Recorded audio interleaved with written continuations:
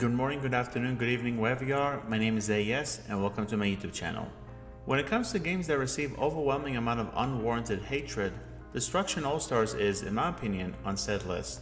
Despite its free price due to its inclusion in last February's lineup of PlayStation Plus titles, many people criticize it for its boring nature and have called it one of the worst games of 2021. A game's free price tag does not excuse it from criticism, but the star of this video was ganged up by remarks that would convince anyone to not waste any time on it. Although I concur with them to a certain degree, Destruction All-Stars' potential in core gameplay serves as an experience that could lead to something truly special. I would not describe All-Stars as special, not even close. However, I would say that it is a good step in the right direction.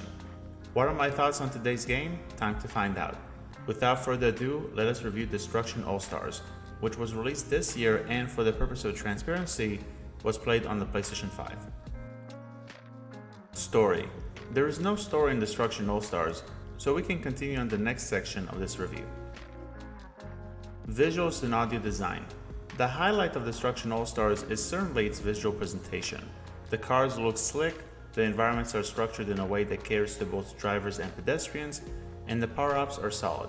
The frame rate is also wonderfully smooth and does not dip unless I play against human opponents with a spotty internet connection. The individual characters also look great with nice animations that display unique personalities. When it comes to the sound design, it's a mixed bag. The sound you hear when cars and trucks hit each other is as impactful as you would expect, and the music that plays at the beginning of every match gets you pumped for the upcoming competition. However, any melody tunes quickly disappear the second your character takes a step towards one of the death machines. It's odd and creates a generic atmosphere for bumper cars more than anything else.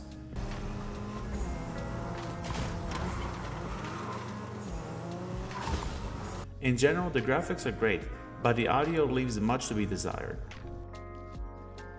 Gameplay.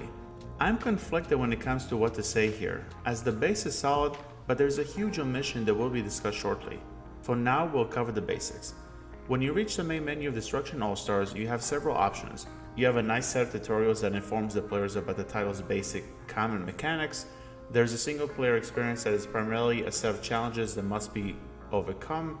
And finally, you can compete against other players in 4 different modes that are based on either collecting points or gaining a set of kills. Once you choose your preferred experience, you pick a character with a specific passive ability such as automatic knockouts on foot, and a special powered up vehicle such as Blue Fang's Shredder, which will wreck any car in a head-on collision while the ability is active. As you enter a vehicle, your options are straightforward. Drive, hit other cars, turn around, and repeat the process. It doesn't sound very appealing, but I had a guilty pleasure type of fun in the first several matches. Now, you may recall that I referenced a certain omission that could be a piece of contention with many folks. That absence, ladies and gentlemen, is content. Despite the number of characters and vehicles, Destruction All-Stars has a severe lack of combat opportunities and modes. And what's worse is that it was felt while I was playing the game for free. You can use each of your hands to count the number of match types and maps, and the repetitive nature of the gameplay routine leads to quick boredom and possible regret if you choose to spend money and purchase the title.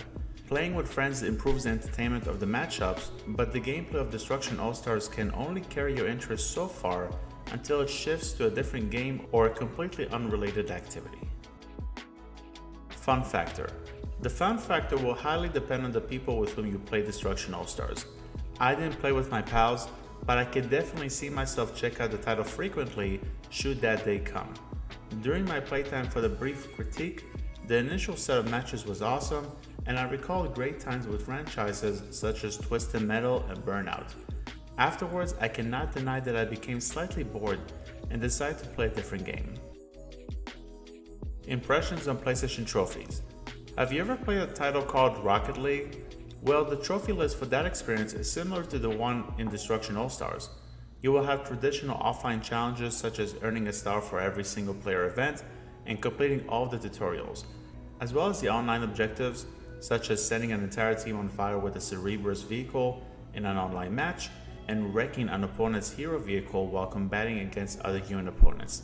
It is harder to earn the Platinum Trophy here than Rocket League, but at the very least, it is a nice varied set that will be accessible with enough practice and enjoyment from the basic gameplay mechanics.